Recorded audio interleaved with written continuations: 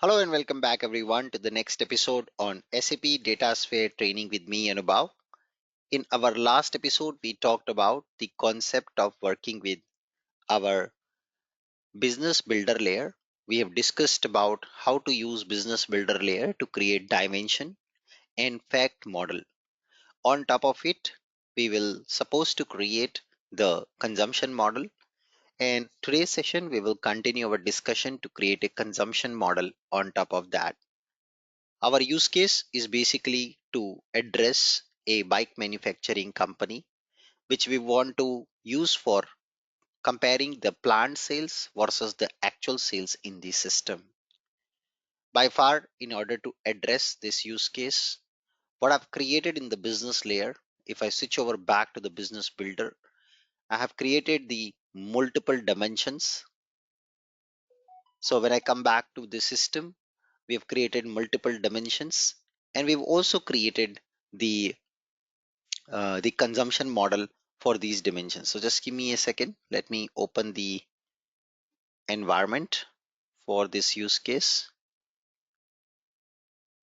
I just have to pause my screen because I have to have the sensitive password detail to log into my account, the another account where I've created all the objects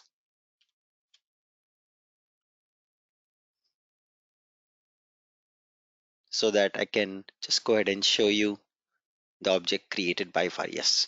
All right. So over here, if you just switch over back and see the business builder layer, we have created all the important artifacts related to the business builder, which includes the by customers, by group, products, actual data, and plan data, along with sales organization. So this is all what we have created in the last episode. In our today's session, now I'm going to go ahead and utilize the fact and dimensions together, combine them together and create a consumption model. So let's go ahead and create a consumption model. In the fact, we have also created the calculation related to last year to date sales and also year to date sales. So let's create a consumption model by comparing the sales of planned versus actual. So I will give the business entity name related to my consumption model. Let's call it as C underscore sales compare. I go to step number 2, and in this I will go ahead and choose my initial fact to get started. So we will go ahead and choose the actual sales data and go to step number 3, and the alias name, this is fine, and I click on create button. So we are now creating a consumption model. So you can see it has got me a consumption model initial screen where it shows that I have the actual sales data, which is having an association to the master data. And now I would like to go ahead and add another fact source. So let's click on the plus button on the right side and we will choose our plan data also. So this is our plan data. I click on create. So both the actual and the plan data gets added to my consumption model. You can see both of them are being added. Now what I will do is I will just go ahead and click on plan data and expand this. And you can notice that we have got the sales org data.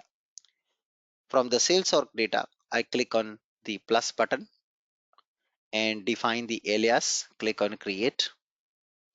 So basically I'm pulling on all the master data information from the sales org dimension as part of my consumption model definition. Now, if you just click here for the sales org data, we want to add also a link. We want to basically analyze the sales org data mapped to the actual data. So this is the information in the plan data and that will be my join criteria.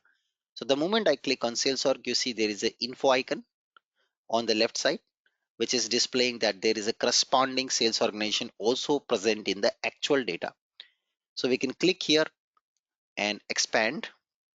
and then you can see here both of them are present together side by side, and there is automatically a link which is created. We can just create a link now. I click on the link button and you can see a join was defined automatically now between the sales organization on both sides. Yes, so this is the beauty. Now next is we want to also go back, and maybe I want to define an association based on the product group also. So I go inside product group, click on add button, add this also to my, add this dimension also to my consumption model, and you can see product group is added. And now when I click on the product group once again, I can just expand, select product group, and you see there's a I button which is saying that yes, there is also a similar object which may exist on the other side. So we are just going to expand that, and yes, we have the product group to go ahead and link it with this product group. So establish the link between both of them to basically define a relationship between them. So the link is done. Now you can see it has been linked. Yes, the based on the product group. So we have defined the relationship based on the sales organization and based on the product group also. So both of these relationships have been defined now, which means now these join criteria can be used to pull the data from both the models. Let's go to the measure tab. Okay, we can just first save by clicking the save button here. After we use the common join criteria between both the facts, and you can see here it is showing the relationship which we are using to define the join. We go back to the facts now, and the measures we will add from both the places. So I will add my actual sales and my plan sales. Wow, add that, and let's also calculate the difference between actual versus plan sales. So we will also go ahead and do that. Click on add button, and we will add a difference, actual versus plan sales. And now this will be calculated measure where we will put our actual sales minus plan sales. So what was actually happened in this year and what was planned. Click on save button. That's my calculated measure to compare actual versus planned sales in the company. Fantastic. Next step is you can go and choose attributes. So we will add all the common attributes based on the join criteria. If we want to do some filtering, we can add filters, we can add parameters, all these things. Anyway, you can do this. And now we can just check the error message. So there is an error in properties. Public access to the application authorization scenario needs to be maintained. So basically here we have the access issue. So every consumption model is protected by default, and you cannot consume it until unless you allow the access. So we will allow the public data access so that we can allow usage of this consumption model in SAP Analytics Cloud. I click on save button, and now my consumption model gets created. So once the consumption model is created, the next step is to create a perspective so that the data can be viewed in Analytics Cloud. So what was our requirement? If I come back, we want to compare the actual versus plan sales based on year. So unfortunately, I did not join based on date. Let me also define a join based on date. So I come back to my model, expand the model, go to date, expand the date, add that to the perspective, and then create a relationship based on date also, so that it will be possible to compare the actual versus planned sales based on date. So I come back here, I have the date, and on the left side I also expand, I link based on date. So link is established now based on date as well. Save it, we are good. And this is the time we can proceed to data preview. to compare my actual sales versus plan sales in based on year, sales organization or product group, any of the criteria. So there are three different business requirement, and hence the same consumption model can address all three of them.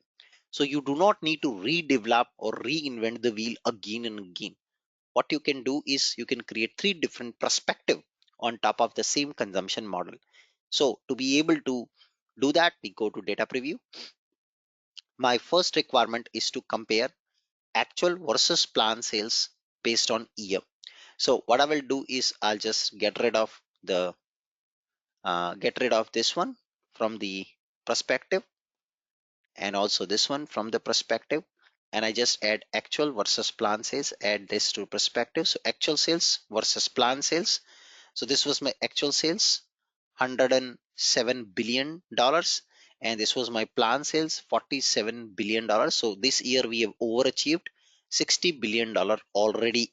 Yes.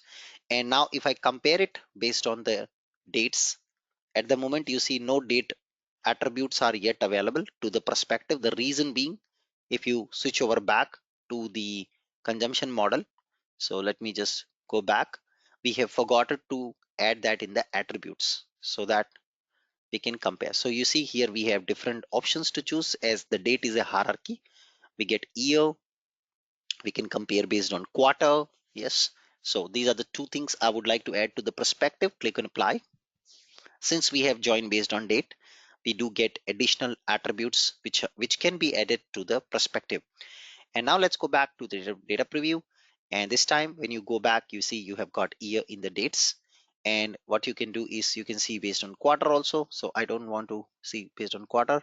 So remove from perspective, remove, and we just want to compare based on year. So add year to the perspective with actual and plan sales. So let's drag and drop. So based on the year now, you see in 2022, $51 billion was the actual sales versus the planned sales, $29 billion, and 55 this year versus 30. So already this year you see we are doing extra $25 billion extra sales, what based on what was planned. I want to see how my sales organizations are dealing with respect to the year. So within each year, how the sales organizations did, which sales organization did what sales. So you can see now this is a great perspective you've got about your data. Superb. So I can now save this report as a perspective. So there can be different business requirements. So you do not have to develop so many consumption model. You can develop one consumption model and look at your data from different perspectives. And these perspectives you can save in the system and then consume it in the analytics cloud. So I save this as a perspective now, and I say my business name will be, the purpose of this will be sales by sales compare year on year based on sales organization. Yeah, this is my one perspective. You see P, yeah, report perspective. So I click on, you see I'm creating a perspective, click on save. So that is one perspective. Another perspective is I would like to see my sales year on year comparison based on the, let's say, product group. Yeah, so that could be another perspective I have. So first perspective is saved. Now I will add another perspective. So what I will do is I'll just get rid of sales organization, click on delete, and I will just drag and drop the product ID over there. That's my another perspective. So based on my product groups, what was my sales comparison, actual versus uh, planned sales. So you can see I didn't plan anything in the cruiser bike in 2023, but there was a 15 billion sales over there. However, I'm not able to achieve the youth bike target which was planned this year, and I missed the estimates by 0.75 billion dollars. Yeah. So this is another perspective. I can save that, and let's call this perspective as, let's say, perspective. Okay. We say compare sales compare year on year based on the product group. That's another perspective. I save it. So I have got two perspective on same model. So this is the beauty of analytics or analytic insights which we can create in datasphere. You can create reports based on different requirements. So just build one model and on top create multiple perspectives, and these perspectives now can be used in SAP Analytics Cloud. So you see we have got two perspectives created already. Yeah. So let's switch over back to SAP Analytics Cloud and try to consume this information in Analytics Cloud. So I switch directly from here to SAP Analytics Cloud account. One second, let me just first take the URL of my datasphere, keeping datasphere on the left side, and from there switch to SAP Analytics Cloud.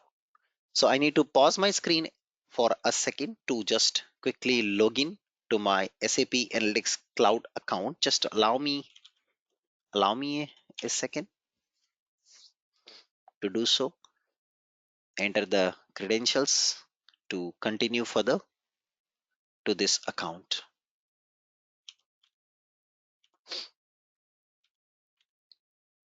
I'm entering sensitive details. That's why I'm pausing my screen for my passwords.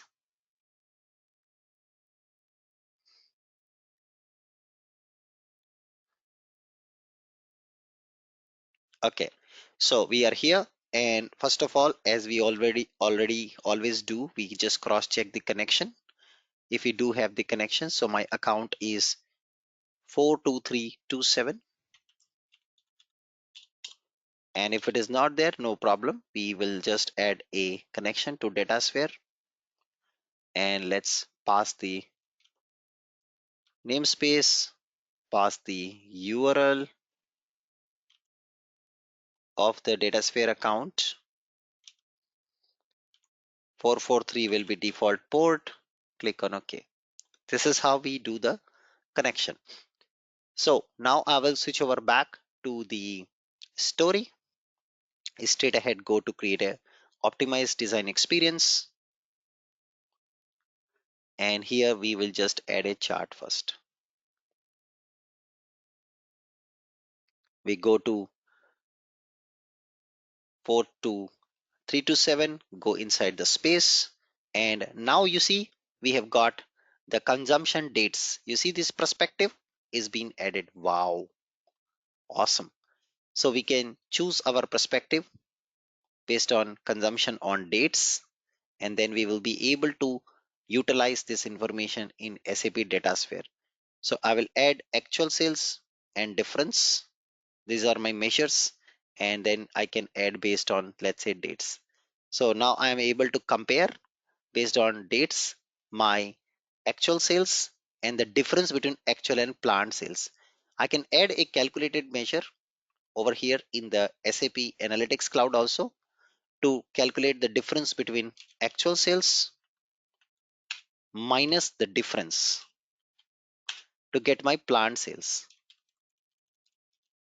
That's another way of doing calculation, and you get your planned versus actual sales over here between each month, or you can go to date and you can just filter here date. You can add different criterias. So this way you can compare the actual versus planned sales now in a dashboard. So that is the beauty, or that is the benefit you get when it comes to working with the consumption models. These consumption models does allow us to view and consume data based on different perspectives, and these perspectives are available for us to be used in the system. So that is how exactly a consumption model is realized in real life when it comes to SAP Datasphere. Okay, any questions on consumption model so far? Please feel free to ask. If you have any questions on consumption model, kindly ask at this time. No, easy. By the way, going forward, the consumption model will become obsolete, and the so-called analytical model which we are creating in DataSphere will take its place, which I have already covered in the previous class. I also showed you a blog which talks about this transition from the consumption model. It's a blog 2023 March. So you can guys go also check this blog, which clearly states the future to be state going forward, that going forward SAP is recommending to use the analytical model and not the consumption model. Yeah. So but it is my duty as of now, consumption model is part of your portfolio of data sphere. So as a trainer, it's my duty to cover this topic for all of you to get you comfortable with this topic. Okay, so that is about the consumption model. Now let's also quickly talk about the lineage analysis. So let me just save this story and I will just say uh, SAP sales comparison report data sphere. Click OK. So now let's talk about two important aspects. One is called repository explorer. So within your space, there can be so many objects and you sometime want to start when you work as a consultant, you would want to know and check working with a particular object. So you can always come to repository explorer and here you will find the list of all the objects present in your current space. So these are the things which we created like supermarket data flow. You see the icons will tell you what kind of object it is. Yes, is it a data flow? Is it a table? Is it a intelligent lookup? Is it a intelligent lookup, you see, or is it a replication flow? All these objects you can actually find out within your current space over here. You also have a search criteria along with a filter criteria of most recent objects, objects which belongs to my user ID within this space, which are created by me, objects which are shared with me by other consultants within my team, and then of course my favorites. So this way you can actually quickly go and browse all the objects within the spaces which you are allowed to be used. So you see in my current space there are 112 objects. So if I say show all, then it will show me all the spaces in which I am the member. So remember that you need to be a member of a space in order to view its objects.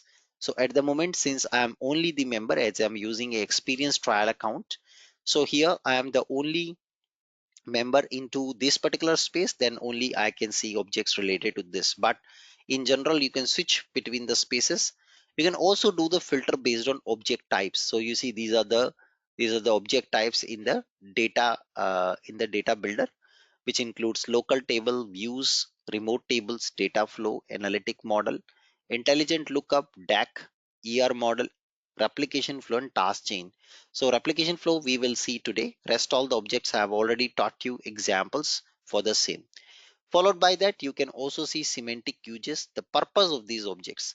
Are these purely dimensions, facts, cubes, text data, hierarchies? You can also filter. So let's say hierarchy if I filter, then I will find an object called view store where we created a hierarchy in the system.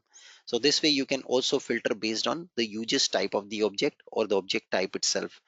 Followed by that, there is a time filter, last 30 days, last 7 days, month. So object repository browser is a great place to view, search your objects which you work day to day as a consultant in DataSphere. You can also come and create any object directly from here itself. So you don't have to go to data builder. Any object which you want to build based on different kind of object types available, you can directly choose from here and then utilize that information to create your new object in the system right away. That is the repository explorer, which is available on the left side panel. Now, apart from that, there is something called lineage analysis. What is lineage analysis? A lineage analysis is a mechanism through which you can see the upstream and downstream object of a particular datasphere object. For example, if I go to this sales view, this is my sales view, which we created in early days of this training. I can now open a lineage analysis to actually find out whether this object is being used by how many other objects, and this object is created by how many other objects. I can find that out. So it is a great way to know the impact of this object on other objects. So in case if I want to delete or do maintenance of this object, who are all the other objects which gets affected by that? It is truly needed sometime in a system where you work in a multi development environment, means there are multiple consultants working with you in your entire system. So you are not the only one. So if you created a sales view and that is being used by other consultants in their projects or in their requirement, then it can so happen that if you change something, it can affect their work. So it does happen when you have lot of reusable objects in your company. So you can select this object and you can click this button called impact and lineage analysis. So I hit on that, and now you will see a complete dependency graph of the data analysis. So this particular object is built by these two other objects. So it is showing lineage. Lineage means who are all the objects through which my object is being built. If you switch on the impact also, it will tell you based on this object how many other objects are being built. So based on this object, we have built a replication flow, we have done intelligent lookup, we have built multiple analytical models. So that is the impact analysis. So lineage is who are all the things which affect me, and if I do impact, then who are all the things which will be affected by me. So it is highlighting this color which indicates currently you're doing analysis for this particular object. Whereas in the dependency analysis, you will just see the complete dependency graph of the lineage object as well, which means if you see here, we also have a data access control now being displayed. Also have the replication table which is being displayed. So the objects which are outside the purview are also being captured and displayed over here, which are directly affecting your object. So this is the bigger view where it shows complete dependency graph now about one object being dependent on another. So if we created a data access control and that was based on a table, so it also show the dependency of the dependent object as well. So in order to create the sales order, we also use the business partner earlier. Yes. So you can see here this diagram, it's a replicated table. Yeah. Partner is a replicated table. So if you change something here, it may cause an impact on your sales view. So this way you can always go and check impact and lineage analysis. Yeah, so this is a very helpful tool available in SAP DataSphere to actually see the where used. So in classic SAP BW or ABAP system, you have where use list, which will help you to find out if I change my object, what are the other objects which might get affected because of this change. So you can also see a small icon here, which means it is being exposed for consumption in Analytics Cloud as well. So this way you can actually do a quick lineage and impact analysis of one object on another. Yes, very powerful tool available in the system. Yes, like a flow of data from downward and upward, exactly, Ram Babu, it is exactly the same thing. So since we created today all these objects is on our space name, suppose if I move out the project, how the people can manage these objects, will it automatically move to other space. So if you move out, basically you move out from the team, you still have access to the space, you can use it. But let's say if you are want to use this object in another space, you've been added to another space, you can share the object with other space. So here you have a share button, and then you can choose a space in which you moved out. Yes, suppose you moved out to another space, let's say this one. So you can share this object with other spaces easily, Rambabu, and you can click on select. Yeah, my And what question it is, does, if it I will share. move out of the company, what will happen? Sorry, Suppose if I move out of the company, is these move out of objects? company, then you cannot do anything, because if you move out of No. the company, your company will not Uh-huh. allow you to still access the objects which you have it here. That they will not allow. No, That's other a legal. people, how they can manage with my objects? That's my question. Sorry, one second. I am not able to hear you. Just give me Yeah, one second to plug my headphone. other people in the sorry, other people in the same project, how they can manage my objects? Yeah, now you can talk.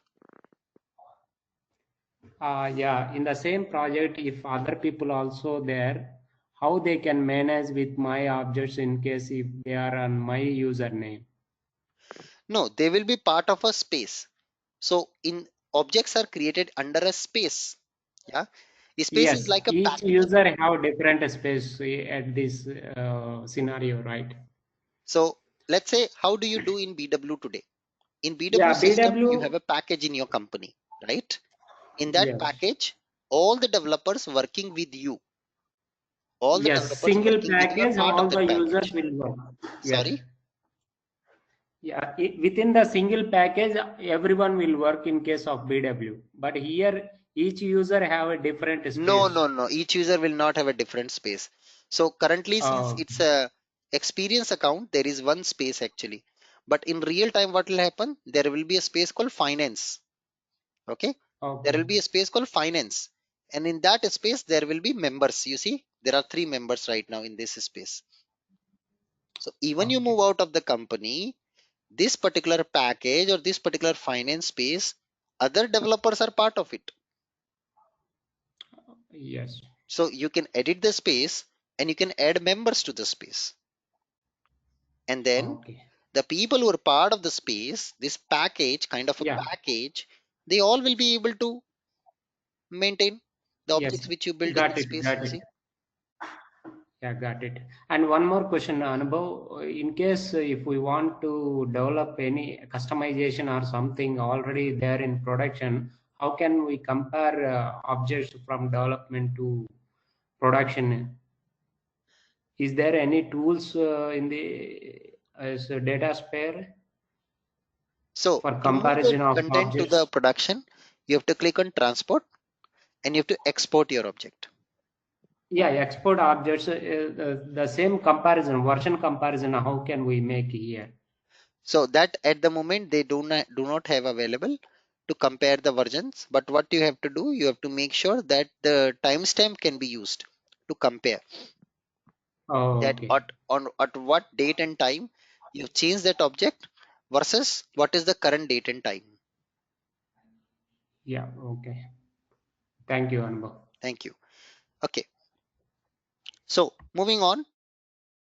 Anubhav, sorry, Yeah, since you have opened the export option, so it's like we'll be downloading that as a file, kind of a file. absolutely. Absolutely. So suppose I want to now move an object from Kavita. So I go into the Kavita and I see a sample export for Kavita, and then I can create a new export actually on Kavita's namespace. So I can create an export now. I give a export name and I can see all the files on my space. Whatever we created, you see, we created so many objects in this training. So I say my store data, Walmart, then I use my last class, we created these bike products. Yeah. So I will use all these bike data, plant data, actual data, sales log data, and then I can click on next. And I can give a name of this export, let's say exp, and I can give 2024 my export 2024. This is an export from Anubhav trainings. Category is my content, of course.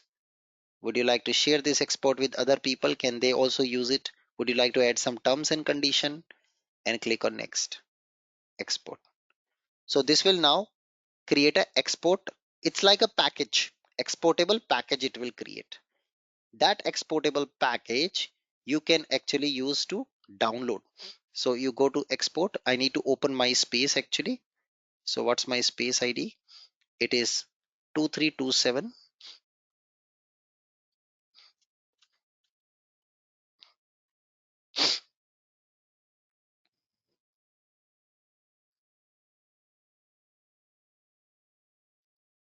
System is slow. 2327.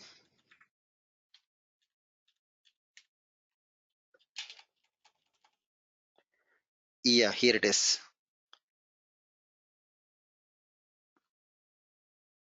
What was the name of my export? I forgotten the name. 2024. It is creating. It is still doing it. You see, just now I got a message that it is doing that export. So eventually the export gets created And then you can, once you find your export over here, currently it is still doing it actually, you can download that export.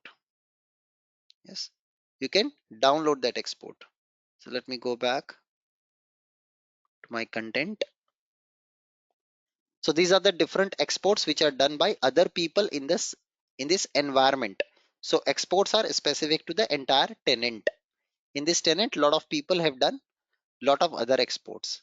So here you see these are the different exports done by other people. So if I go back, I should be able to find my export. It is still doing it, it's taking time, but eventually you will find all the exports here which are done by other people for their own content. Then you can pick up this export and you see there's a download button. So once the export is successfully created, you can see it will be downloaded to your system.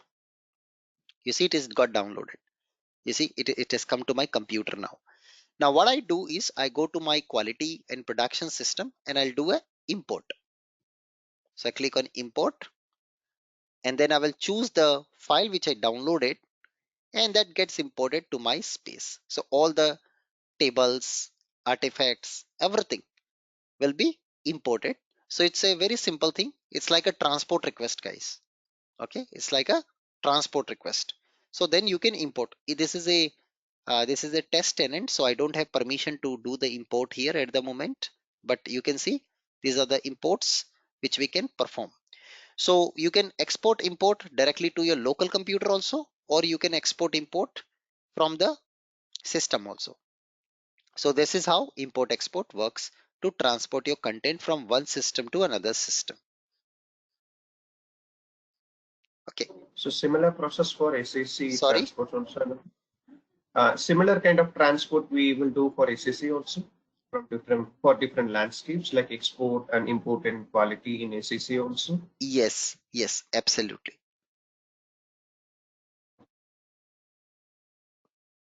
Okay, now let's move ahead to the next very important topic. So what we learned by far is creating consumption model.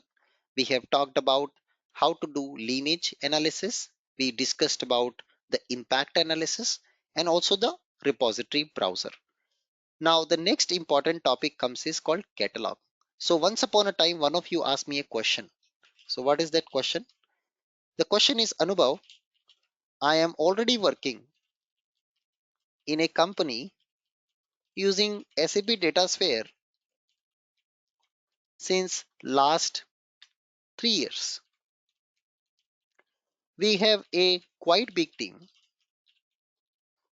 of 15 developers or 15 DataSphere consultants, and they have built over 8,263 objects. Example, which includes data models, tables, replication flow, data flow, blah blah blah. Many things it includes. Yeah. So in my company, we have built lot of these objects already. Now today's problem is it is very difficult to find which is the object I can use in my company. What is the best object which will fit to my needs? Yeah, that is what they want to know. So in a big company, in large organization, over a period of time, people will use so many objects. They will use so many different artifacts they will create, and these artifacts then can be used, yes, in the system. And what happens is it is very difficult for us to actually find the right artifact in the system. We have huge number of objects in our system, and in the system it is very difficult to find the right object and right artifact. So what do we do? How as a business, how as a company or as a leader, we get the transparency of how many objects are there, who created them, what is the purpose of these objects, are these really created for productive purpose or not? All this information today we don't have. Yes. So in order to have this all information, we would need to use catalog. So I will explain you what is catalog, what's the purpose of a catalog, and why do we need it, and how do we create a catalog, and terms to allow searching your object. So in a large bunch of objects, huge amount of objects, number of objects which you have in your company, how can you basically go ahead and leverage the concept of catalog? So we will look at some of the most interesting feature in this section about SAP Datasphere. So let's talk about know your Datasphere, and the theme of this unit will be catalog. So the different topics which we will cover will be challenges with managing, organizing, and governing the data. We will discuss overview of catalog along with the three pillars: discovering and consuming data assets as well as business terms and KPIs. Data is one of the biggest asset that an organization can own. Of course, you would agree that, but this data is only as good as its quality, because only good quality data is the gold dust. For decades, organizations really have spent billions on data architects. They are trying to capture the data and then use it for taking better decisions. Unfortunately, these projects have mainly involved extracting the data from its source and then replicating the data into new technologies. But what happens when you do this replication or movement of data? That is, you are bringing the data, but you are losing the value of the business context, such as your metadata, the relationship between the data, or the data lineage itself. So you don't know, let's say in your company, there are 15 consultants. They are importing, some people importing from S4, some people importing from HANA, some people importing from BW, some people doing from S4 HANA, some people doing from ECC. People are bringing data in Datasphere. Now they just import, use, do their work and leave it. It is very hard. Now the system is full with lot of content, lot of data, and nobody really knows where it has come from. Yes. So every time, will you go to every single person? Even sometimes some people left the organization. So will you go, whom you will go and ask, what is the purpose of this data? Where it has come from? When did you do that? Why did you do that? Right? You don't have that information. You lost that information over the time. That will degrade your data quality, and it will increase lot of redundancy. It will decrease the transparency. It will deteriorate the overall quality of your entire system and the data. So we are losing all the context. So, and then this problem gets magnified if you think about all the different places that your data exist, and that too considering how massive modern data warehouses usually are. So these organizations have a quest to become insight driven, but oftentimes they struggle with poor quality of data. Now, if I ask you two sets of users, the business users and the IT users, what do they need?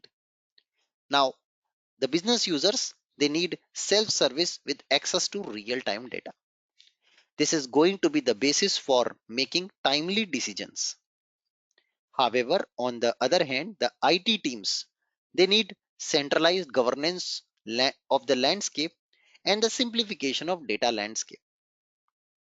But when you look at these two requirements, often times they are opposite to each other. So they are opposite forces.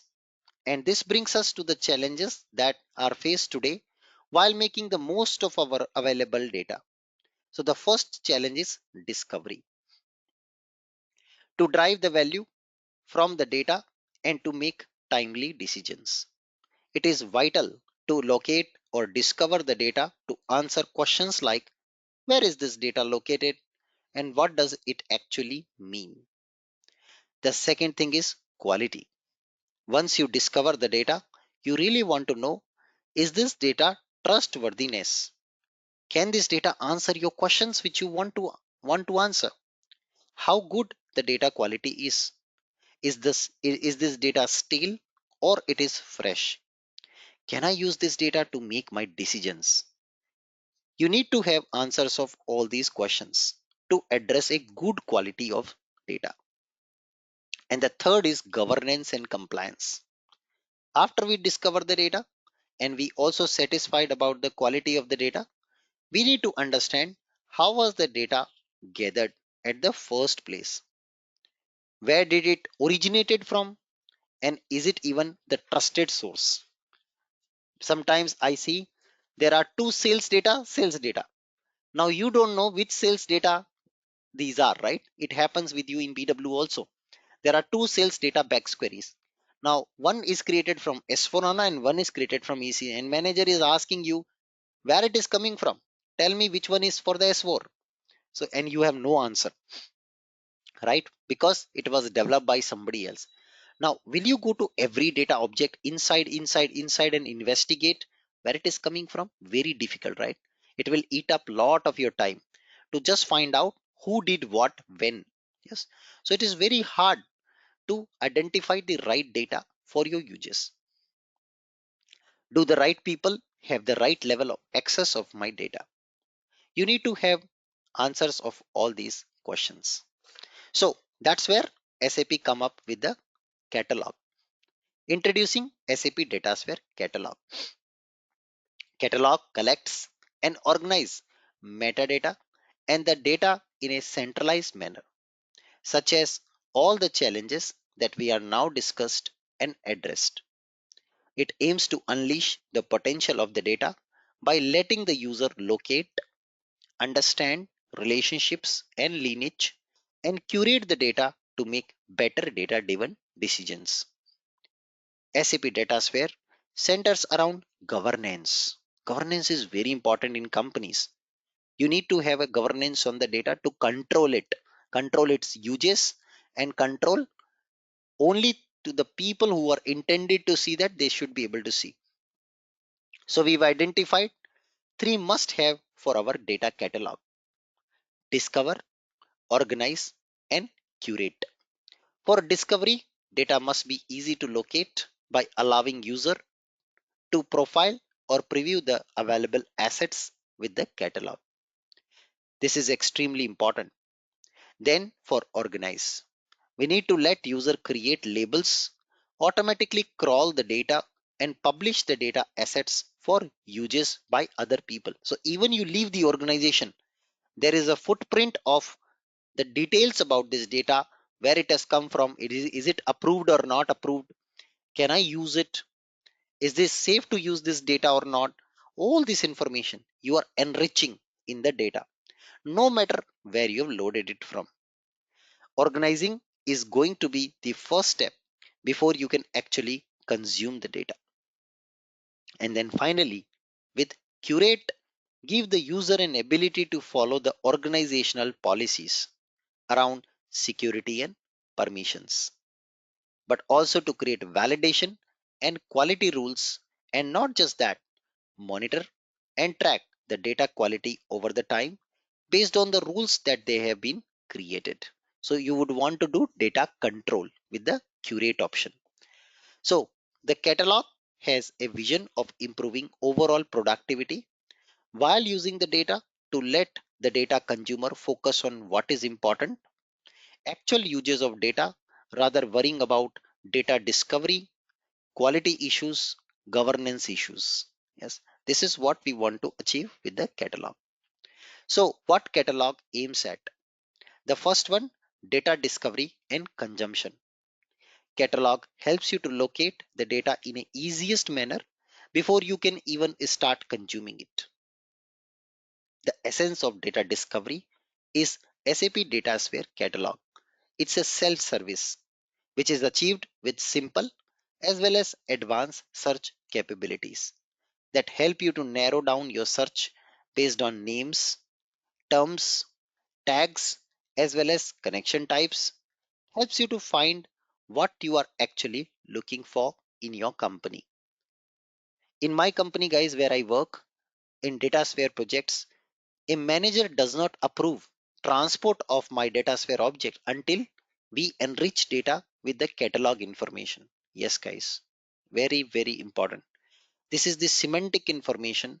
This is the metadata information, additional information you enrich in your data to be able to find it and use it in by the correct group of people, and to reduce the redundancy. So first thing what we have done in our company, guys, we create catalog, and then whenever somebody a new requirement comes, we ask them to first look at the catalog and find maybe in this company already we address that requirement in a very similar fashion for another customer. So you can just first go and find it and then maybe reuse it. Don't reinvent the wheel. Catalog supports multiple sources that can be leveraged while looking for the right asset for consumption. So you can now look at your landscape and find the right asset while you're looking at all the different sources that are connected. Lineage and impact analysis then help you to understand the origin of the data as well as answer the questions like what else is impacted by an asset or which other assets are impact the asset in question. So you will get a 360-degree view of an asset. So asset mean here our assets are tables, views, SQL views, data flows, integration flows, task chain. These are your assets, stories, yes, consumption models, analytic model. These are my assets. Business terms and glossary. So what is business terms and glossary? Defining business terms and concepts is the first step for organizing the vast data that is owned within your organization as well as to set up the governance process. But oftentimes, it is noticed that the real challenge is to create and maintain such a centralized business glossary of standardized business terms so that everyone is speaking the same language. Catalog offers a framework to maintain this business glossary and terms in easiest manner possible, which provide a common understanding about the data to all the data consumer in the organization. It is then possible to create categories, terms, business glossaries, synonyms, abbreviations, and keywords. Additionally, one can also create a relationship between catalog assets and business terms, which can then be used for further search and filtering purpose. In a nutshell, business glossary and terms promote data governance with common understanding and agreement so that everyone is speaking the same language. Catalog also offers a way to define KPIs that are key performance indicators.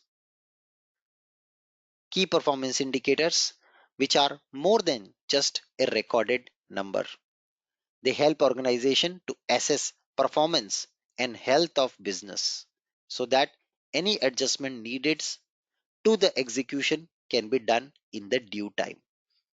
KPI does not give you a good indicator of how does your performance fare as compared to your strategical goals, which alludes whether or not you are reaching your goals so that organizations can make adjustments according to the KPIs.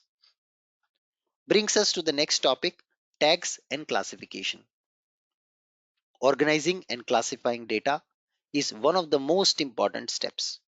As I mentioned previously, this will help you to manage the overgrowing data landscape to ensure that data is easy to discover even for users that don't have the strong technical background.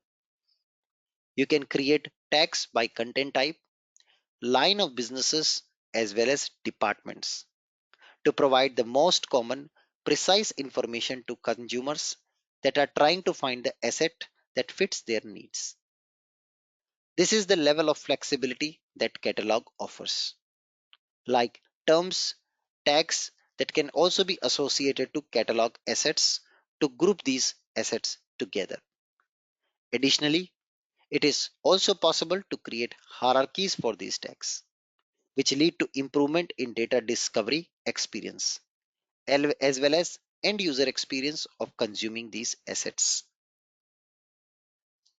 Brings us to one of the most important topic, administration and monitoring, where an organization wants to make the data accessible for all their employees and stakeholders, regardless of their technical background. It puts lot of emphasis on administration and monitoring of the processes that actually make this decision happen in background. We need to be able to connect to all the different sources so that we can continuously connect metadata and keep an eye on on connections as well as monitor the connections and the activities that is happening.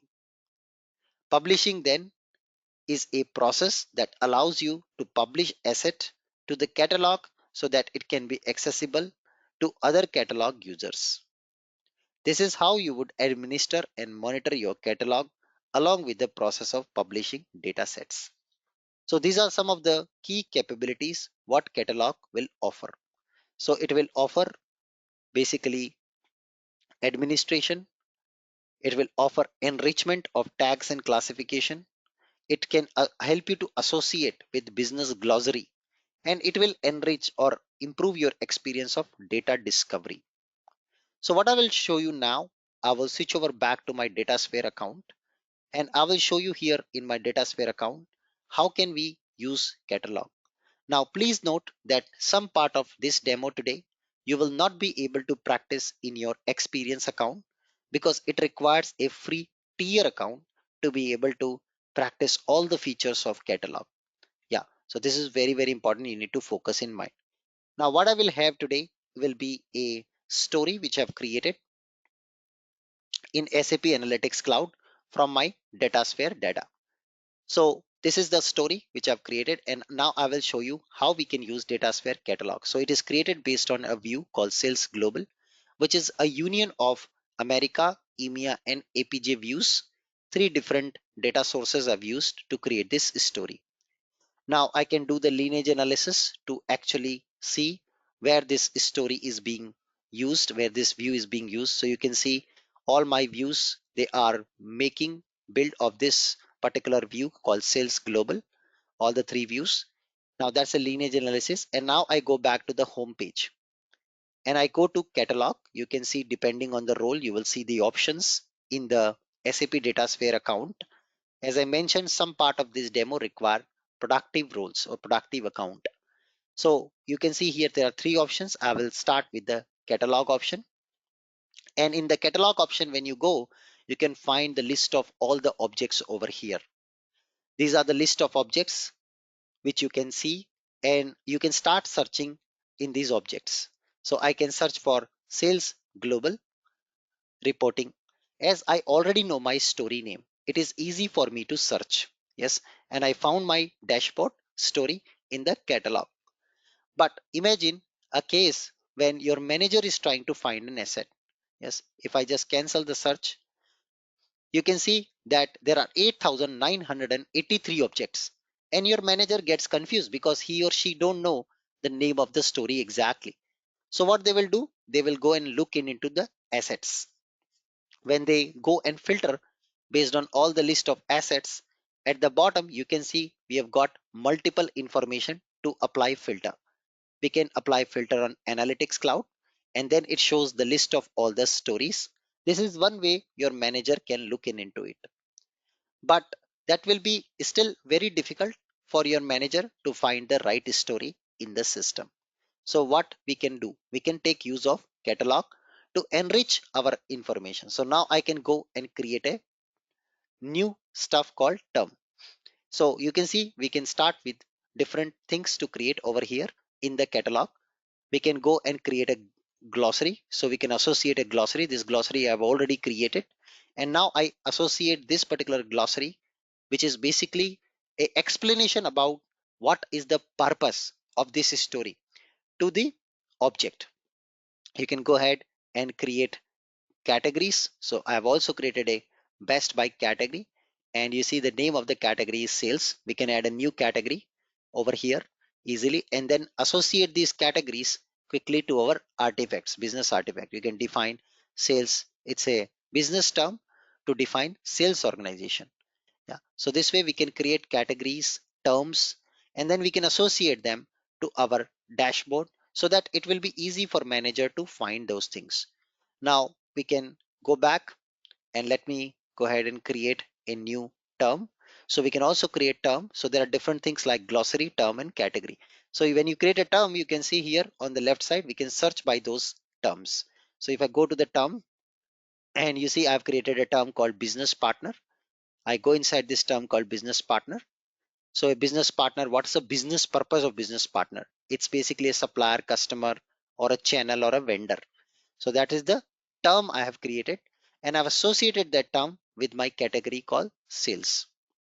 So you can create these terms here, which are the business meaning of your terms. And then we can associate them with our story. So you see, I've also created these keywords called business partner, customer, supplier, partnership, and associated with the sales category. I go to the relationship tab, and now I say manage relationship of this business partner. I click on that, and then I will go to my assets, and of course I will now add my dashboard, global reporting dashboard and sales global dashboard, which are the stories, and a table to the association of or to this term. So I have a term called business partner, and now I have added my story and my table, which is a data sphere asset, to this particular term. So it makes it very easy for someone when they search for business partner term, they will be able to find correspondingly my dashboard as well as the stuff. So likewise, you can see we have created multiple terms over here. I go to sales term, sales APJ. I further go and add also my relationship, manage relationship, and then we add, go to assets, and again add to the second term, which is salesperson. I add the sales APJ asset, which was one of the table I have used in my view. So this way you can have terms, and you can associate the different objects like stories, dashboards, tables, data flows, integration flows with your terms. So makes the life very easy to search those objects. So this is how we create a term. Now next I will create a KPI, key performance indicator. KPIs will help you to observe time to time the organizational goal. Again, you can see here we have categories which we can create under the KPI. So let me switch to the KPI section. So I have a KPI already created called sales revenue.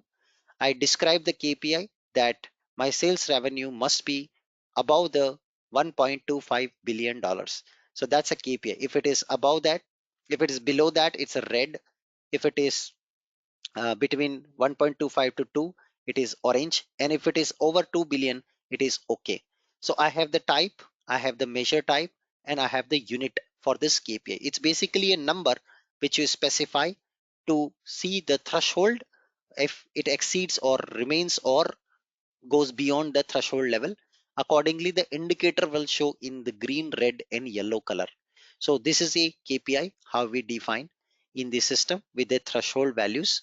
I've already created this threshold values so that we can utilize this KPI and associate this KPI with our data set. So you can see it's a collective sales revenue across all the regions on a global level. So that was my view which I had, for which I am associating this KPI, so that if my KPI is within the range or outside the range, I will get to know. So what type of KPI, qualitative or quantitative, we can choose that. We can describe the detailed documentation about this KPI. So all these business information we are enriching in SAP Datasphere. I go to relationship and now manage relationship, and of course I will now add my Datasphere asset. So let me go to asset, and I will be just adding my DataSphere asset sales global dashboard to this particular KPI now. So let me associate, done. And as a next step, we will just go back to catalog. And what we did is, for we have assets, and we had this sales global dashboard asset, which is listed here. And if you go inside this now, you can actually see what we have done. So this is the asset information, broad information about your asset, which business or your manager can see when it was created, who modified it, what was the time it was modified. All this your manager can go and see about your asset. The system type where it is being used, you see it is being used in SAP Analytics Cloud, system is telling you. And when you come down, you can actually find the glossary about your asset. You can also see the lineage, which will tell you the impact analysis of this particular object on other objects and the uses of that object by the other object from the data sphere. So you can see it's outside the system boundary, which is indicating that it is a sales dashboard which is not in your data sphere system, but it is using the sales order data, and then it is using a union for the other things. If you come down, you can see then your terms, tags, and KPIs. So if you remember, we associated this object of my dashboard with the term called business partner and a KPI called sales revenue. So I can also manage tags, and I have many tags over here. I can switch my tag category, let's say sales tag, and under the sales tag, I have a hierarchy which is created. I can add that over here, and you can see now I have added the tag as well. So let me go to quantity. Excellent. The quality of this data is excellent, and the ownership is central. So these are the different tags which helps your manager to identify what is the quality of data. Yes, you can manage the tags in the tag hierarchy. So here you can come and create tags in the system. So you see I've created the sales tag with a hierarchy, EMEA, APJ, and America. So these are the different tags and tag hierarchy I created. So this way you can add the child tags, parent tags, and manage a tag hierarchy. It's basically an indicator which will help you to find and know the quality of the data. So this is how we can create different tags in the system and then associate these tags with our underlying asset. So we can switch over back and we can then go ahead and quickly search our data again. So last time you saw manager was unable to find our object, but this time since we enrich our information in the catalog with lot of other information, we can go first filter SAP Analytics Cloud. It shows all the list of stories, and then I can come up and I say show me only the stories, the object type. Now it is filtered and I want only the one with the excellent category. So when I do that, now you see I filter down to exactly one or two or fewer objects rather than 8,000 objects. So I can then do the further filtering based on my tag, my quality, and my type. And you see finally manager was able to find this result of one final fine grained object which he or she is intended to find based on the tags, based on the ownership, and based on the different filter criteria. You can go to filter and you can add all these different sorts of filters also into the system over here. So finally my manager was able to find the right object, which is data ownership is central, data quality is excellent, and the tag is the global sales tag. So this is how exactly we can deal with the system and we can work with the SAP SAP data catalog. So this is the quick demo of catalog. I hope you enjoyed. Any questions on catalog? Please feel free to ask. How you curate, how you discover the good quality data in the SAP system.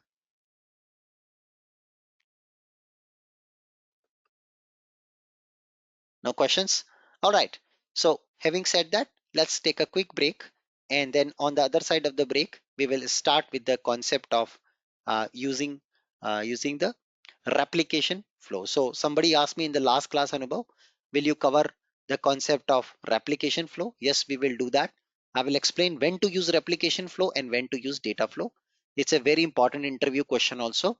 So let's take a break and we will come back and resume the session to talk about replication flows. Okay, everyone, welcome back after the short break. So let's talk about the next topic, which is the missed topic, replication flow. So what is replication flow? So with the replication flow, basically SAP bring a new cloud-based replication tool. This cloud-based data replication tool is designed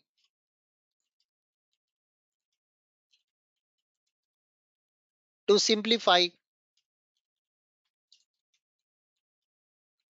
data integration processes by eliminating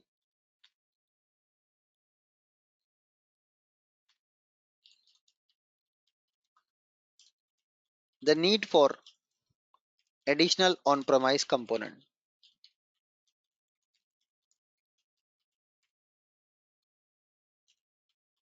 This means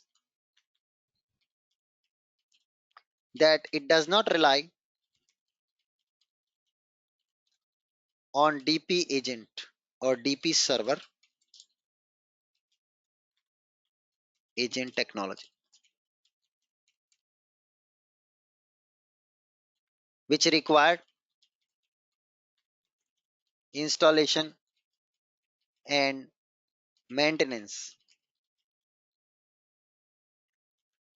of, but instead it uses the data intelligence embedded environment.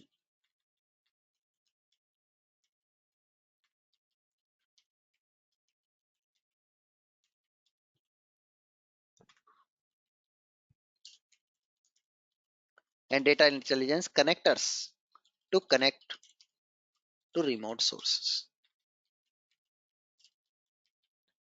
So what is replication? Moving data from one place to another, right?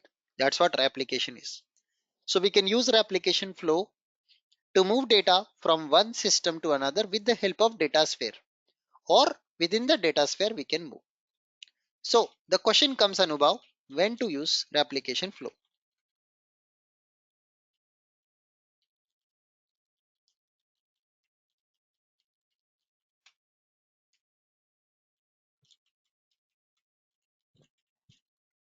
If you want to copy multiple data assets from same source to the same target or SAP data sphere in a fast and easy way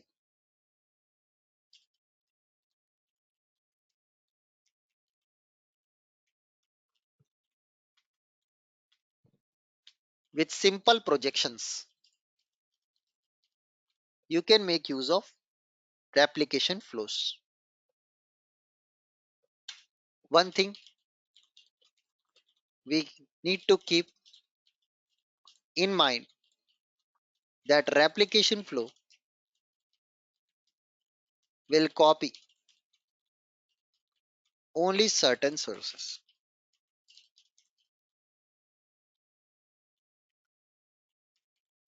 objects which are mentioned below. So first source is CDS views in ABAP based system landscape. They support that. I will talk about CDS view in detail in my next section, that are enabled for extraction.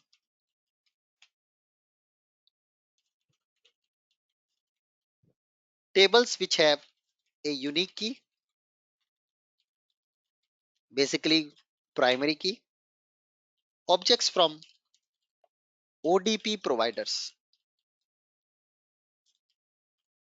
such as extractors or BW artifacts. These are the supported objects for data flow. The replication flow, it supports delta load. What is delta load?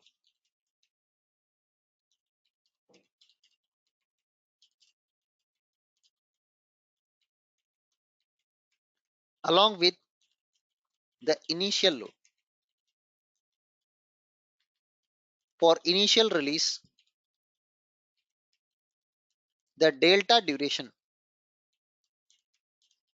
is fixed to 60 minutes. That means the delta load is happening every 60 minutes and capturing and replicating changes from source to target that has been selected,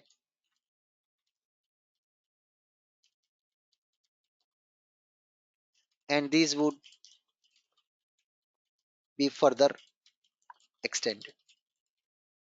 So SAP offer a real-time replication. The moment data changes in the source, it will reflect using a replication flow in the target. But unlike data flow, you cannot use any scripts like Python or anything here. It is used for real-time or near real-time replication with a batch replication of data. It supports delta load. What is delta load? Let's say today your table in a source system have 100 entries. You did a load. Now after that, let's say after 1 hour, that table has got 2 more entries. So what system does? It will just go and fetch those 2 extra entries. And on what basis it will decide those 2 entries have been newly added? Primary key. It will compare primary key. So all the newly added records will be loaded. Let's also compare between replication flow and data flow, because data flow you already study. What's the difference between replication flow and data flow? You need to understand the absolute difference between them. So when to choose replication flow and when to choose data flow. Replication flow, simplified one-to-one data replication from multiple data sets, tables, CDS views, and ODP objects. Whereas the scope of data flow,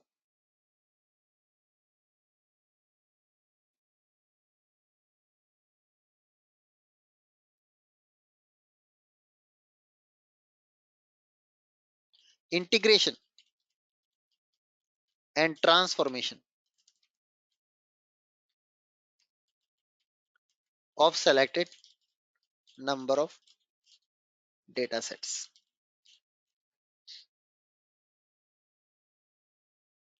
Then second, initial and delta data replication from a dedicated source to a dedicated target system. Whereas data flow, snapshot as well as batch data replication and transformation on data set level. Third, simple projection and mapping capability. Whereas here we can use simple and complex data transformation capabilities. It always one-to-one replication, but here we can have end-to-one replication. Why? Because you can use joins, unions, projections, functions, aggregations to map data and finally move data to a newly created data artifact, which is a single table. It's end-to-one. Allows complex scripting like Python.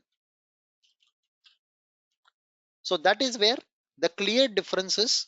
So if your goal is just to move the data from one place to another without doing too much of calculation, manipulation, joins or anything, just it's like drag and drop of moving the data from one place to another.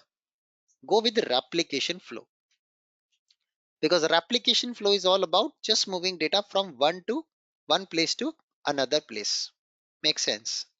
Yeah, makes sense. Okay, let's go and see an example of replication flow. I'm going to switch over back to our data sphere. And in the data sphere, I will now create a replication flow. Just go back here. I got logged out.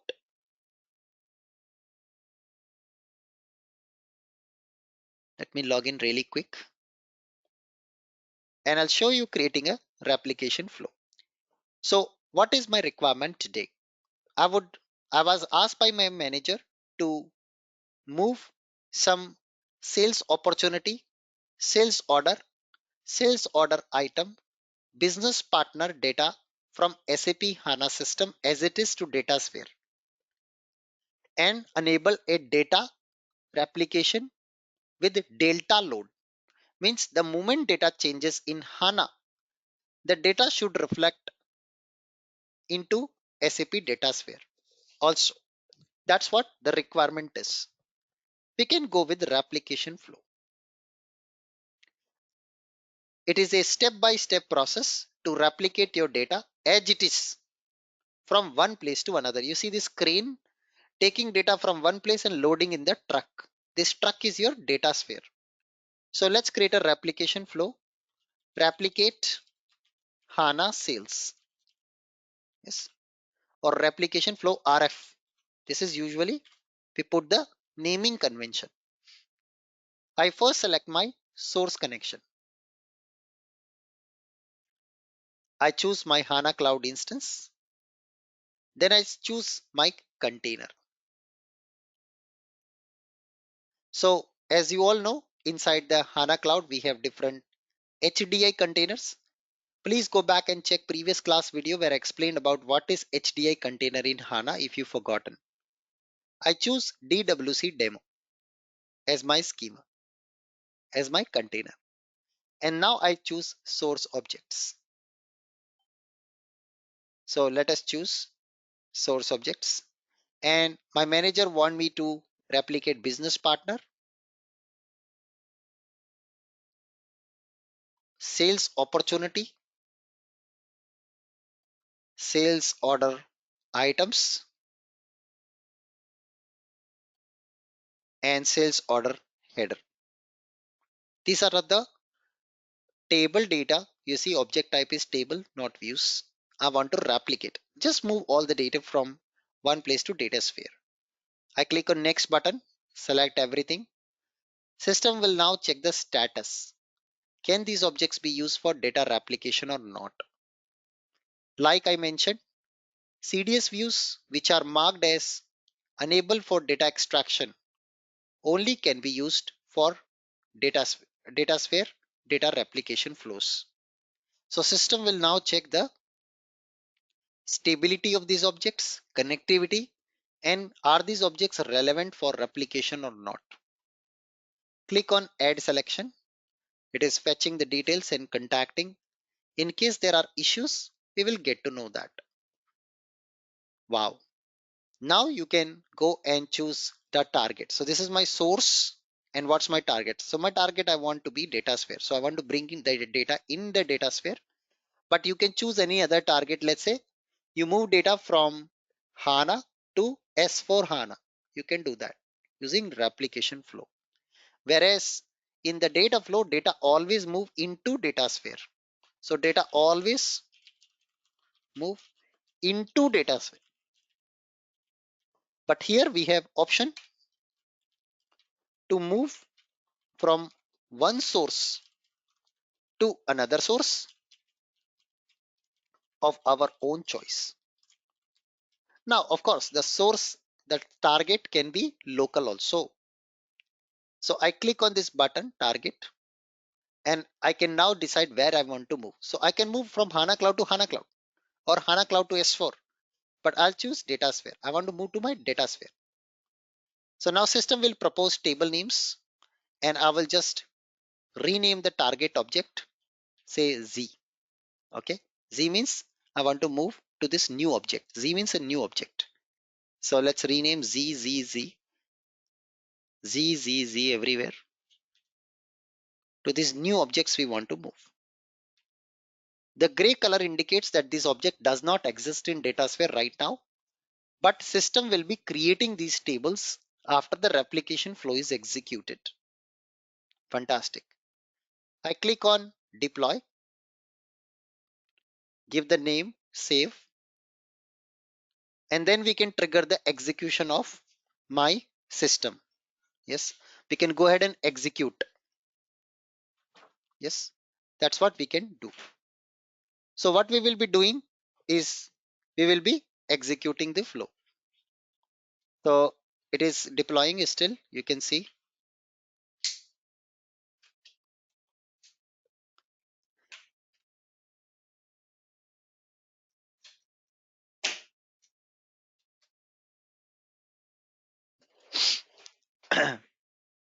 It is still deploying, you can see guys. We need to wait until the deployment gets over. It is creating those tables, you see. It has created those tables and now we can run. So it says not deployed, something went wrong. We need to check what has gone wrong. It is deploying still.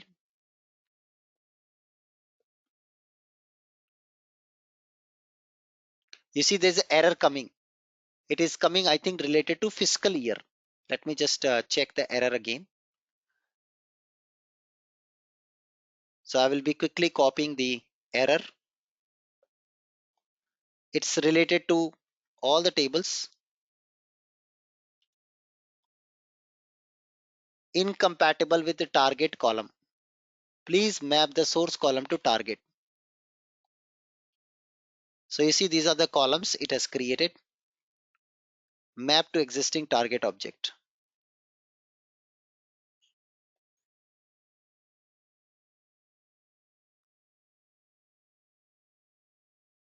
I'm not sure why it is not mapping automatically. Ideally, these are new objects. Yeah, it should have automatically mapped. Maybe I just go and delete this element. Let's try now. So there is some bug in the data sphere. It is ideally should automatically create new tables and map it, but it is not unable to do that mapping. You see guys, there's an issue. So I just need to right now. So like this, you can use multiple objects here. You can add more objects in the future, and then ultimately you can run your replication flow. So there is a bug right now in the tool. Maybe once you try it later point of time, it should work fine. Yeah, let me save and deploy. So the bug is that the table which is created newly is not in a compatible mode to the other one. So it got deployed, you see. So there was some bug with those tables which I've used, but it's okay. You can like this add multiple source and multiple target objects correspondingly, and then you can run the replication flow. So you see we don't have any option to create a proper data flow like add a Python script, add projection function, aggregation. We don't have anything. It's pure one-to-one mapping, one source, one target. Yeah, that is how it works. Whereas in the data flow, there could be multiple sources, joins, unions, functions, aggregations, Python script, and one target table, end to one. It was. And here it is one to one. So you can see it is running now. And you can also go to the data integration monitor, which I covered earlier, where you can see the status of the replication flow, whether it has replicated my data or not. You can pause, stop the runs. You see it is replicating.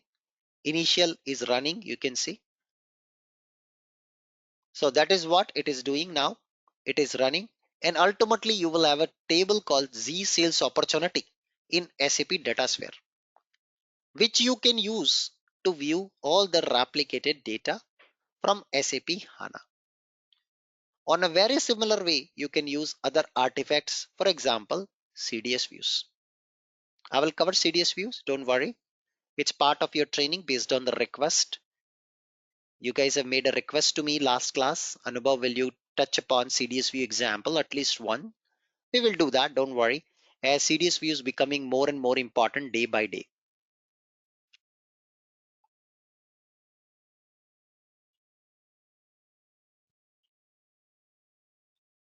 Another, can we use ODP enabled extractors as a source to Yes, you can data use stream? extractors.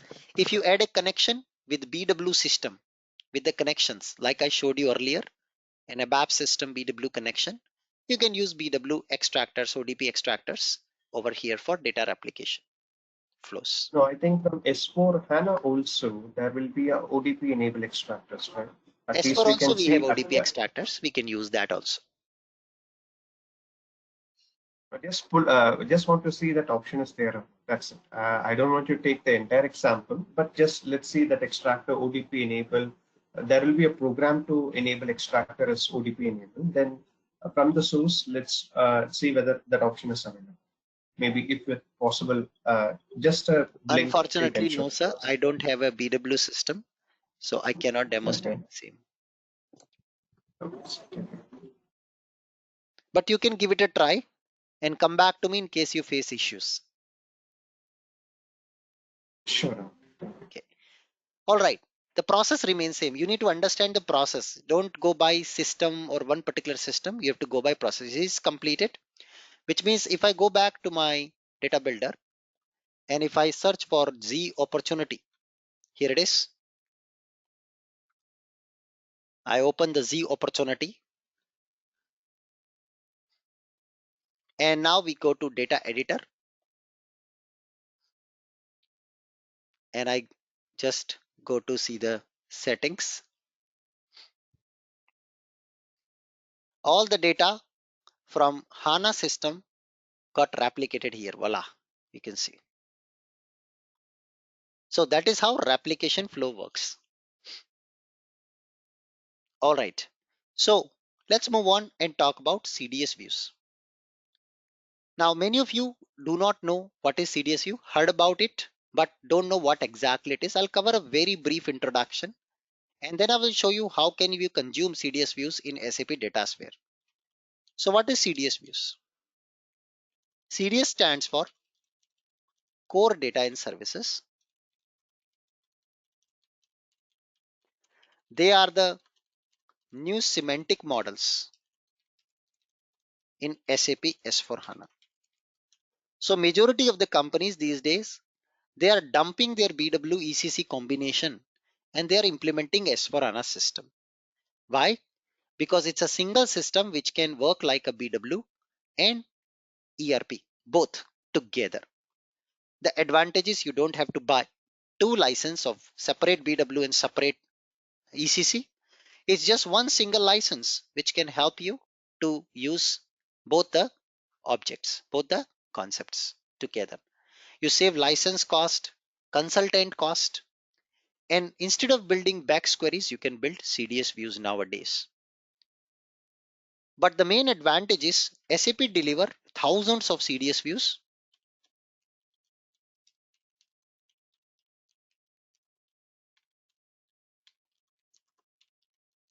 which you can reuse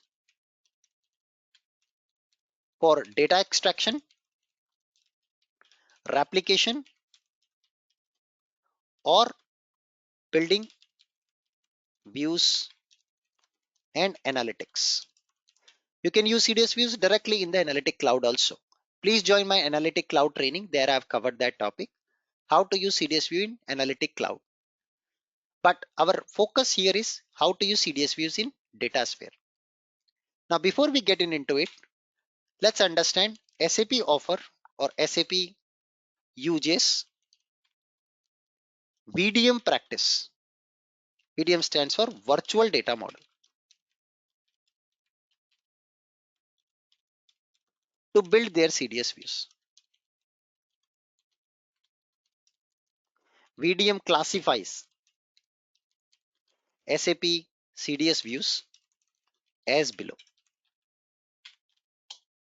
So first classification is private views. Second are called interface views. And third are consumption views. If you want to learn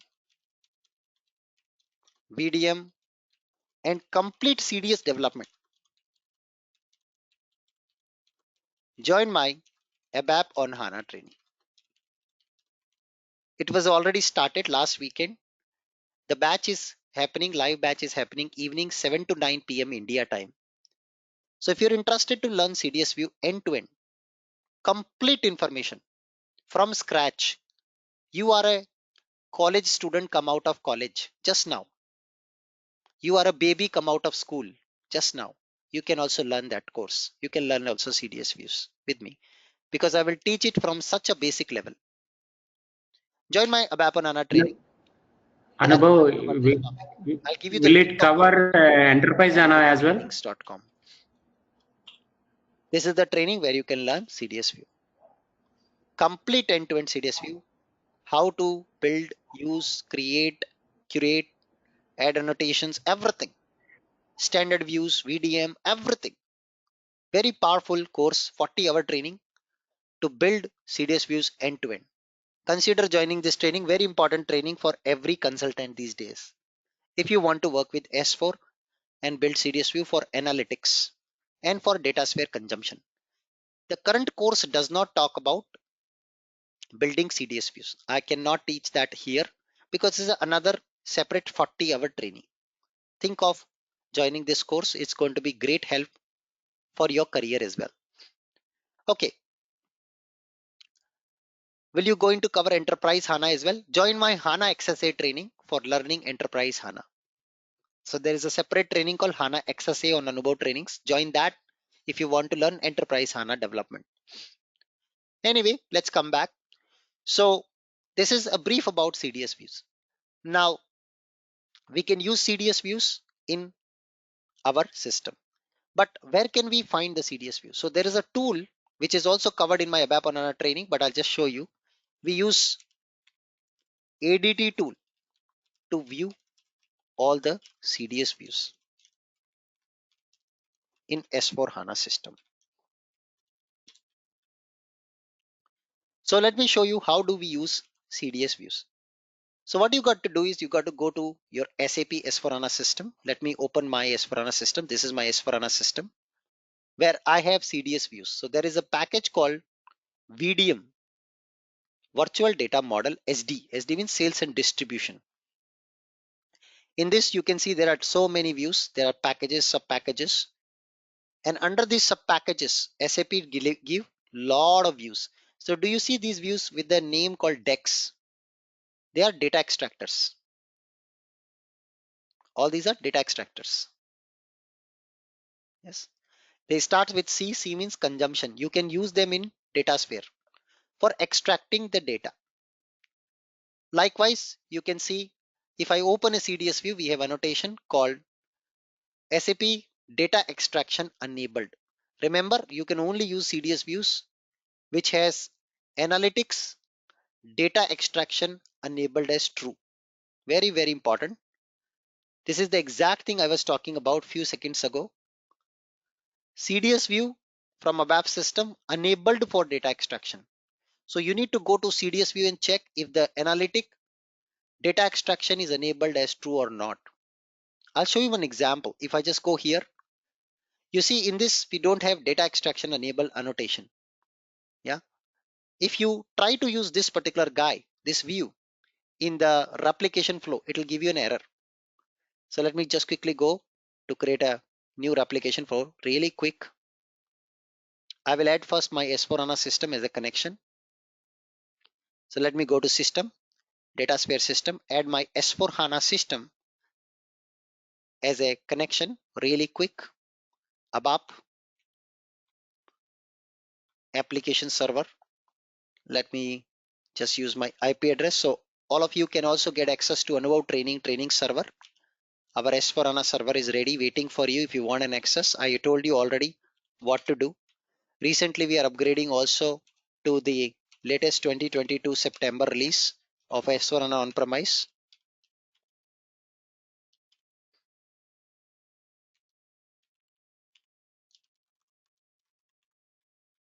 I'll connect to my S4 HANA system using DP agent.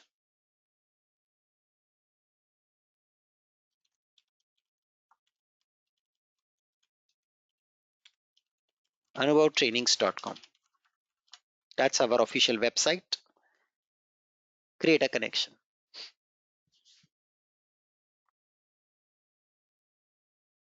Done. So now we've added that, and let me go to quickly create a data replication flow.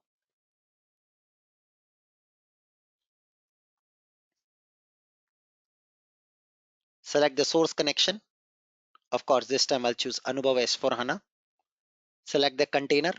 So there are two containers which you will see this time because I choose SAP S4HANA as my source.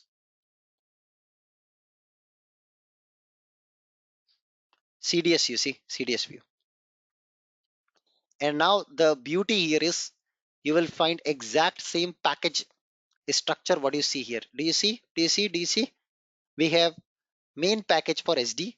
Under that we have sales analytics, basic function, billing, master data, and sales. Yeah, exact same structure you'll find in SAP DataSphere. Exact same. It's an absolute replica, guys. Absolute replica. So when you say add source object, you see CDS. If I expand CDS, these are all standard CDS views delivered by SAP. Yeah. So if I come here, you see sales and distribution somewhere. When you come down, sales and distribution. When you expand this package, what all the packages we have? 1, 2, 3, 4, 5. You see 1, 2, 3, 4, 5, and 6. Yeah, 6. So you see then in this, we have analytics, basic, billing, master data, and sales. You see analytics, exact match, guys. Exact match. This is the magic of S4. Exact match.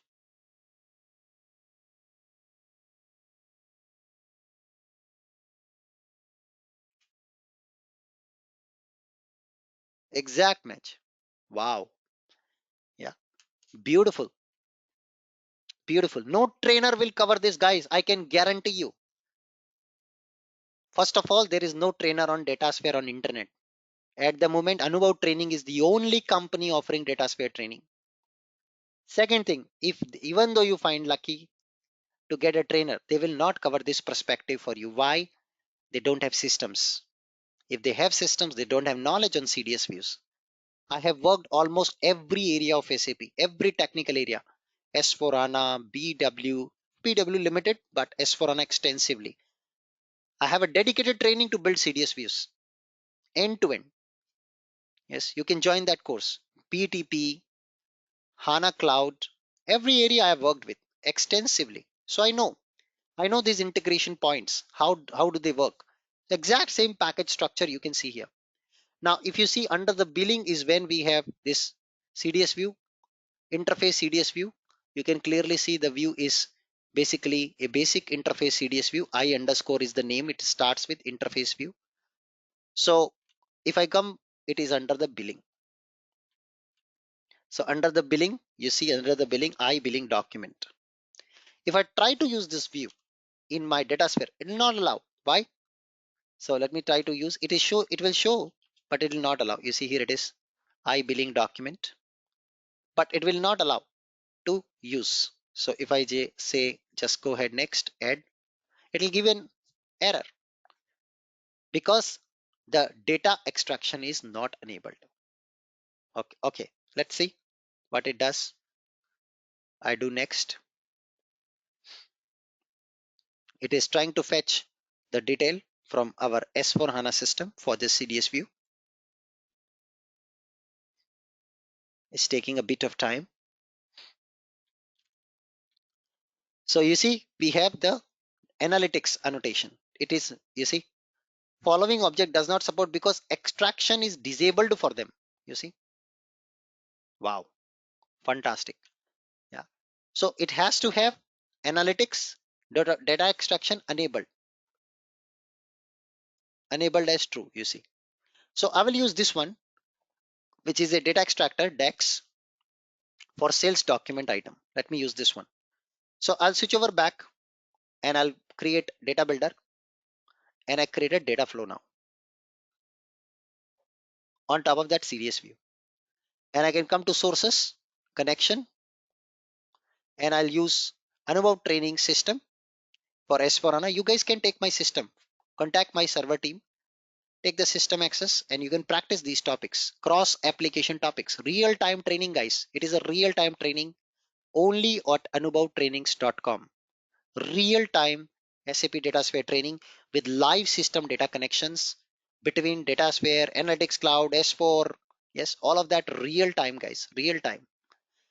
Okay, we expand that. You see again the same package structure. We go to SD. So this comes under first package called data extraction SD billing. That's a package, SD data extraction package under the analytics package. So we got to go to SD analytics package. Let's go to analytics package. And under analytics package, I see the DEX package. So let's see if we find or not. So we have analytics and under that all these views are there. So the name of my view was I sales document DEX one. There you go. There you go. CDS views, guys. CDS view live in action. You ask, I do. You ask last class, I do. For you, just for you. Yes. Anubhav Trainings, your one-stop shop for all your training needs on technical trainings. Cross topics. Nobody can cover these topics, guys. Cross integration topics. Across systems. No trainer can cover that. First of all, no trainer available for DataSphere on online. I searched myself. I could not find a trainer on DataSphere. Second, even though trainers are available, they will not cover these topics. They will cover plain vanilla ice creams. I don't like plain vanilla ice creams. I like flavors. I like chocolate. Yes, special flavors only designed for you guys based on your request. Your request. Anubhav, can you show CDS view? Today we are here to show you CDS view. If you want to learn how to build CDS views, join my ABAP Anana training. We'll learn. You become an expert on S4 and CDS view. It will double your salary in coming months. You want to double your salary? Join ABAP Anana training. Okay, drag drop. We gotcha. We gotcha. So we gotcha my CDS view. We can additionally add projection, aggregation, things like that. Let me run the CDS view here, first of all. There are huge number of columns. So what I want? I want only few columns. Let's say sales document type, material, material group, order quantity, yeah, and unit. Only few things I want. So I add a projection. In the projection, now I will add only the ones which I truly need. Yes. What I really need, only that thing I will add. So let me go to projection and go to details of my projection, and I will exclude everything. Everything I'll exclude. One by one we have to exclude. Unfortunately, we don't have a choice. There's huge number of columns from this CDS view. Comes out of the box. Can I delete multiple?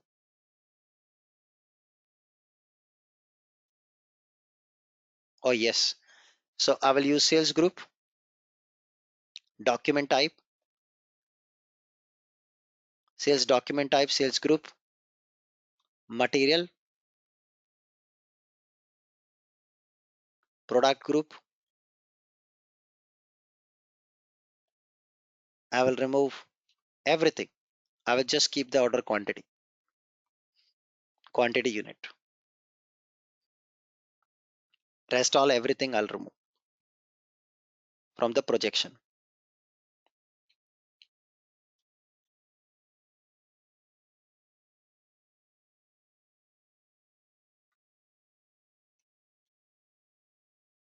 Wow. Superb, Anubhav. Superb. On top, let's add a aggregation to aggregate my data based on the product quantity. We want to aggregate quantity, total quantity, and finally have a table, replicate or CDS sales S4 quantity.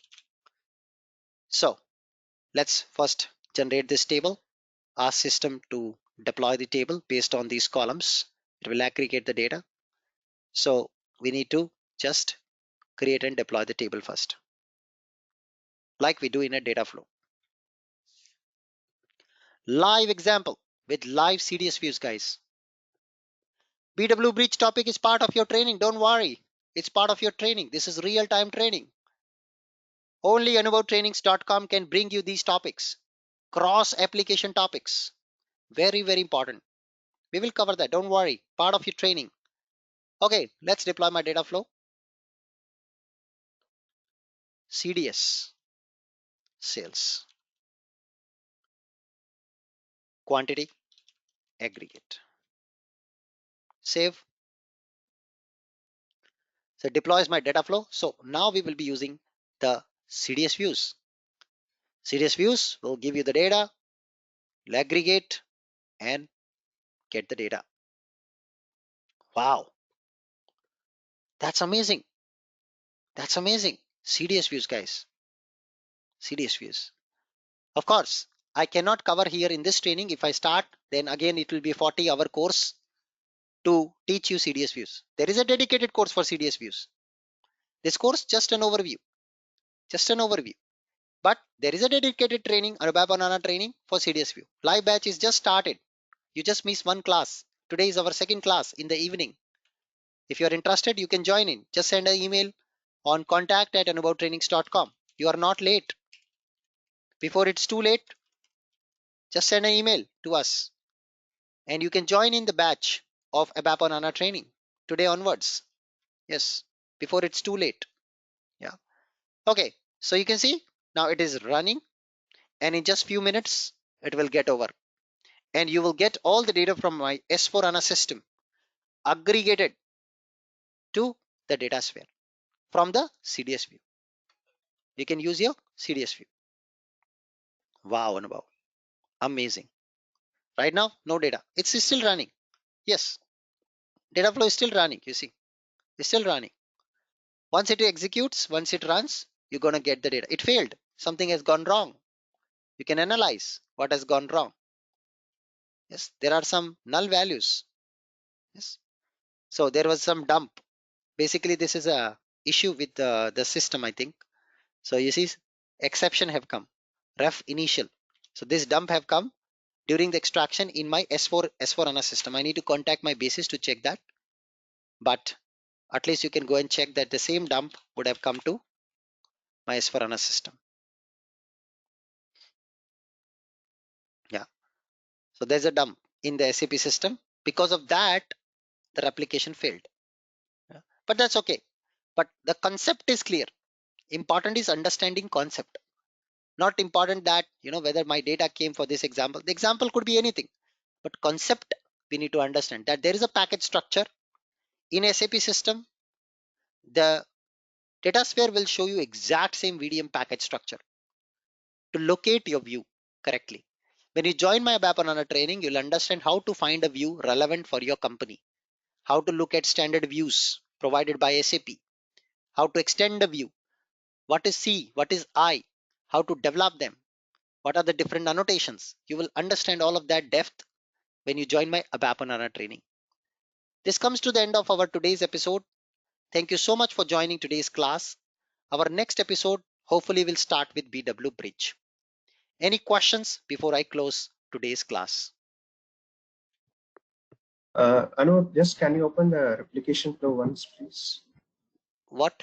What to open? Uh, the replication flow, the example Replication flow. which we did. There's also a question there.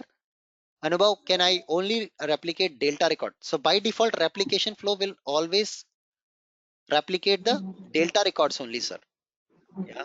By default, it's a delta record. When you click here, you can see the settings. Initial or delta. Initial only. So you can change it to delta.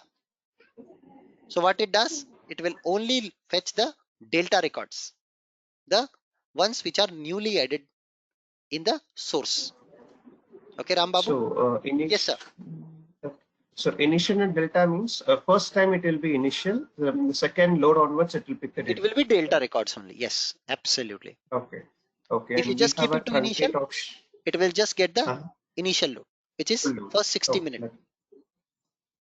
okay. So is there a way to change the setting, like only 60 minutes, we have a time frame for the delta loads, right? In case if we want it to do 3 hours or 4 hours, No, can we change the that settings? schedule you can do for in the integration monitor.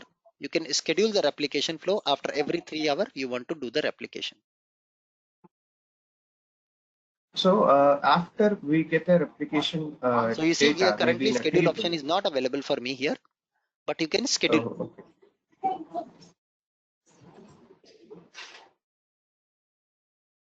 Usually replication flow are driven by source system. When data changes in the source system, they will trigger the replication flow.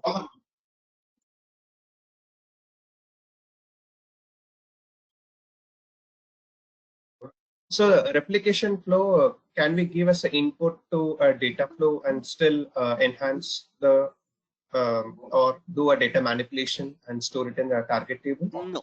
We can use this You as a can go back source. to the slide again and you can see no data manipulation is allowed. Only simple projections are allowed. That's all. If you want to go data manipulation, go with the data flows.